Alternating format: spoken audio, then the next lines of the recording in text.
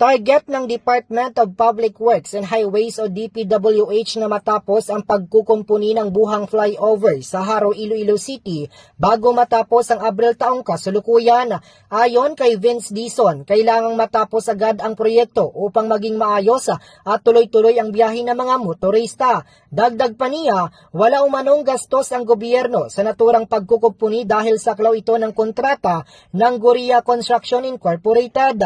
Tiniyak din ng kontraktor at ng district engineer na tuloy-tuloy ang trabaho sa proyekto at may mga manggagawang naka-duty 24/7 upang mapabilis ang pagkumpleto nito. Matatandaan na noong Enerong taong kasalukuyan, may mga debris na nahulog mula sa nasabing flyover dahilan upang ipag-utos ang agarang pagkukumpuni nito para sa kaligtasan ng publiko. Balita mula sa lungsod ng Iloilo. Ito naman si K5, Reggie Plazuela de Mayo para sa Kampiyon na Balita, Serbisyo Publiko at Kasiyahan sa Iloilo. K5 News FM.